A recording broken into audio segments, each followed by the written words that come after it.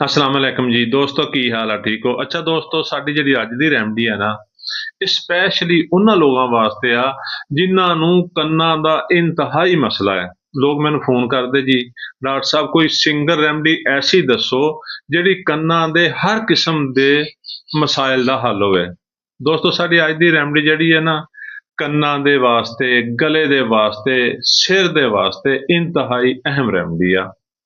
ਬਹਿਰਾਪਨ ਕਿਸੇ ਵੀ ਕਿਸਮ ਦਾ ਹੋਵੇ, ਕੰਨਾਂ ਦੇ ਵਿੱਚ ਤਰ੍ਹਾਂ ਤਰ੍ਹਾਂ ਦਾ ਸ਼ੋਰ ਆਵੇ, ਫਰਜ਼ ਕਰੋ ਘੰਟੀਆਂ ਵੱਜਦੀਆਂ ਜਾਂ ਕੋਈ ਵੀ ਸ਼ੋਰ ਆਉਂਦਾ ਹੈ, ਪਰਦਿਆਂ ਦਾ ਮਸਲਾ ਹੋ ਗਿਆ ਹੈ, ਪਰਦੇ ਮੋਟੇ ਹੋ ਗਏ ਨੇ, ਸੁਣਨਾ ਬੰਦ ਹੋ ਗਿਆ ਹੈ, ਜਾਂ ਪਰਦਿਆਂ ਦਾ ਹੋਰ ਵੀ ਇਨਫੈਕਸ਼ਨ ਹੋ ਗਿਆ ਹੈ ਔਰ ਕੰਨਾਂ ਦੇ ਵਿੱਚੋਂ ਸ਼ੋਰ ਆਉਣ ਲੱਗ ਪਿਆ ਹੈ।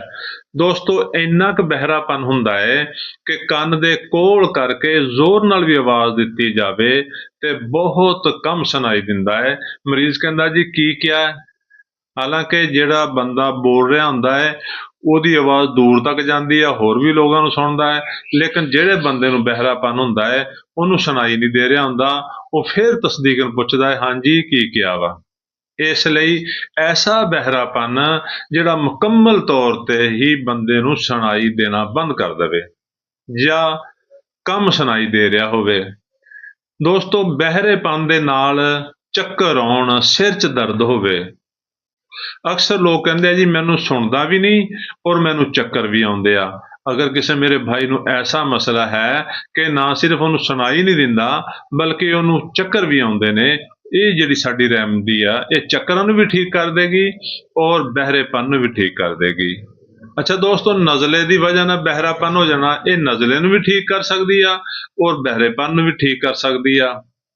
ਕੰਨਾਂ ਦੇ ਵਿੱਚ ਘੰਟੀਆਂ ਵੱਜਣੀਆਂ, ਹਲਕੀ ਹਲਕੀ ਘੰਟੀ ਵੱਜਦੀ ਰਹਿਣਾ, ਹਲਕਾ ਹਲਕਾ ਸ਼ੋਰ ਹੁੰਦੇ ਰਹਿਣਾ, ਜਾਂ ਇਸ ਤਰ੍ਹਾਂ ਦਾ ਸ਼ੋਰ ਹੋਣਾ ਕਿ ਜਿਵੇਂ ਕੋਈ ਚੀਜ਼ ਤੇਜ਼ ਤੇਜ਼ ਚੱਲ ਰਹੀ ਹੈ, ਜਿਵੇਂ ਕੋਈ ਗੱਡੀ ਚੱਲ ਰਹੀ ਆ, ਕੋਈ ਬੱਸ ਚੱਲ ਰਹੀ ਆ, ਜਾਂ ਹਾਰਨ ਵੱਜ ਰਹੇ ਨੇ। ਯਾਨੀ ਕਿ ਇਹ ਜਿਹੜੀ ਦਵਾਈ ਆ ਇਹ ਮੁਕੰਮਲ ਤੌਰ ਤੇ ਕਿਸੇ ਵੀ ਅਲਾਮਤ ਨੂੰ ਠੀਕ ਕਰਨ ਦੀ ਸਲਾਹੀਅਤ ਰੱਖਦੀ ਆ। ਕੰਨ ਦਾ ਕਿਸੇ ਵੀ ਵਜ੍ਹਾ ਤੋਂ ਬਹਿਰਾਪਨ ਹੋ ਗਿਆ ਹੋਵੇ, ਤੁਸੀਂ ਇਹ ਰੈਮਡੀ ਖਰੀਦੋ ਔਰ ਇਹਨੂੰ ਲੰਬਾ ਅਰਸਾ ਇਸਤੇਮਾਲ ਕਰੋ। ਇਹ 4-5 ਮਹੀਨੇ ਇਸਤੇਮਾਲ ਕਰਨੀ ਪੈਂਦੀ ਹੈ। 2-4 ਦਿਨ ਦੇ ਵਿੱਚ ਮਰੀਜ਼ ਠੀਕ ਨਹੀਂ ਹੁੰਦਾ। ਤੇ ਦੋਸਤੋ ਕਰਨਾ ਕੀ ਹੈ, ਦੇਖੋ ਹੋਮਿਓਪੈਥਿਕ ਦਵਾ ਨੈਟਰਮ ਸਿਲੀਕਮ, ਇਹ ਮਸੂਦ ਕੰਪਨੀ ਦੀ ਆ, 30 ਤਾਕਤ ਦੇ ਵਿੱਚ ਆ। ਇਹ ਤੁਸੀਂ 30 ਤਾਕਤ 'ਚ ਹੀ ਲੈਣੀ ਆ। 5 ਕਤਰੇ ਸੁਬਹ ਨੂੰ, 5 ਸ਼ਾਮ ਨੂੰ, 2 ਘੁੱਟ ਪਾਣੀ 'ਚ ਪਾ ਕੇ ਪੀਣੇ ਆ। ਕਮੋ ਬੇਸ਼ 3 ਮਹੀਨੇ ਤੋਂ ਜ਼ਿਆਦਾ ਇਸਤੇਮਾਲ ਕਰਨੀ ਆ, 4 ਮਹੀਨੇ 5 ਮਹੀਨੇ। ਜਿਵੇਂ ਹੀ ਤੁਸੀਂ ਦਵਾਈ ਇਸਤੇਮਾਲ ਕਰੋ ਤੁਹਾਨੂੰ ਜਦੋਂ ਸੁਣਾਈ ਦੇਣਾ ਸ਼ੁਰੂ ਕਰ ਦੇਵੇ ਫਿਰ ਇਸ ਦਵਾਈ ਨੂੰ 2 ਟਾਈਮ ਦੀ ਬਜਾਏ 1 ਟਾਈਮ ਕਰ ਦੇਣਾ ਹੈ। ਯਾਨੀ ਅਗਰ ਤੁਸੀਂ ਸੁਬਹ ਸ਼ਾਮ ਪੀਂਦੇ ਹੋ ਔਰ ਤੁਹਾਨੂੰ 30% 40% ਅਫਾਕਾ ਹੋ ਗਿਆ ਹੈ, ਤੁਹਾਨੂੰ ਸੁਣਾਈ ਦੇਣ ਲੱਗ ਪਿਆ ਹੈ, ਤੁਸੀਂ ਇਸ ਦਵਾਈ ਨੂੰ 1 ਟਾਈਮ ਕਰ ਦਿਓ, ਜਸਟ 1 ਡੋਜ਼ 1 ਦਿਨ ਦੇ ਵਿੱਚ। 5 ਕਤਰੇ 2 ਘੁੱਟ ਪਾਣੀ 'ਚ ਪਾ ਕੇ ਫਿਰ ਰੋਜ਼ਾਨਾ ਪੀਣ ਲੱਗ ਪਓ ਤੇ ਇਨਸ਼ਾਅੱਲਾ 3-4 ਮਹੀਨਿਆਂ ਦੇ ਵਿੱਚ ਤੁਹਾਡਾ ਮਸਲਾ ਹੱਲ ਹੋ ਜਾਏਗਾ। ਤੁਹਾਡਾ ਕਿੰਨਾ ਵੀ ਦਰੀਨਾ ਬਹਿਰਾਪਨ ਹੋਏਗਾ ਉਹ ਠੀਕ ਹੋ ਜਾਏਗਾ ਔਰ ਤੁਹਾਨੂੰ ਸੁਣਾਈ ਦੇਣਾ ਸ਼ੁਰੂ ਕਰ ਦੇਗਾ।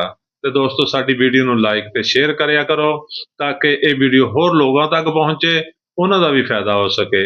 ਔਰ ਸਾਡੇ ਅਕਾਊਂਟ ਨੂੰ, ਸਾਡੇ ਚੈਨਲ ਨੂੰ ਸਬਸਕ੍ਰਾਈਬ ਕਰ ਲਓ ਤਾਂ ਕਿ ਤੁਹਾਡਾ ਔਰ ਸਾਡਾ ਰਾਬਤਾ ਰਵੇ। ਸ਼ੁਕਰੀਆ, ਅੱਲਾ ਹਾਫਿਜ਼।